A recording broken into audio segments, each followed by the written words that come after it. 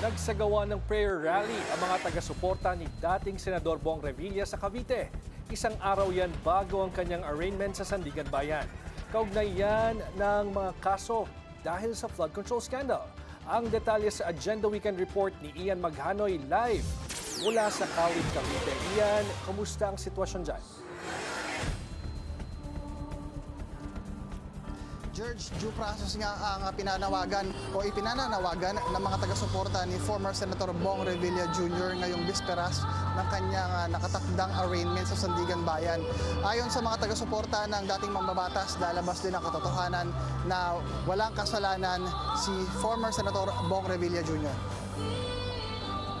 Kasama rin sa mga dumalo ang asawa ni Revilla na si Congresswoman Lani Revilla at ang anak niyang Representative Jolo Revilla kasama ang kanyang buong pamilya.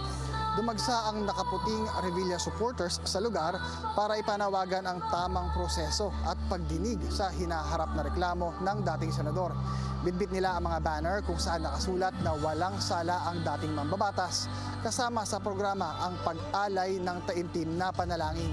Naharap ang sumukong si Revilla sa kasong malversation of public funds through falsification of public documents. Nagugat ang kaso ni Revilla sa 92 million peso flood control project anomaly na kanyang kinasasangkutan sa Bulacan. Una nang sinabi ng kampo ni Revilla na hindi dumaan sa due process ang dating senador. Gayong ang arrest warrant para kay Revilla ay nai-serve lamang isang oras matapos mai-transmit ang resolusyon ng kaso sa 3rd Division ng Sandigan Bayan. Hindi rin daw nakatanggap ang kampo ni Revilla ng kopya nito na inihain ng Office of the Ombudsman. Itong Biyernes lang ay hindi pinagbigyan ng Sandigan Bayan 3rd Division ang hiling ng kampo ni Revilla na siya ay ilipat sa pagkakapiit mula sa New Quezon City Jail papuntang Custodial Center ng PNP sa Camp Crame.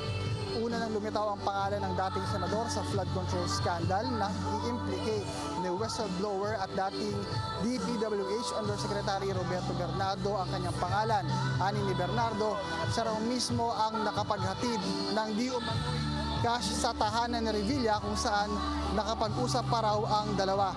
George, hanggang sa ngayon nga ay nagpapatuloy pa rin ang isinasagawang prayer rally ng mga taga-suporta ni former Senator Bong Revilla Jr. dito yan sa Aguinaldo Shrine sa Kawit, Cavite.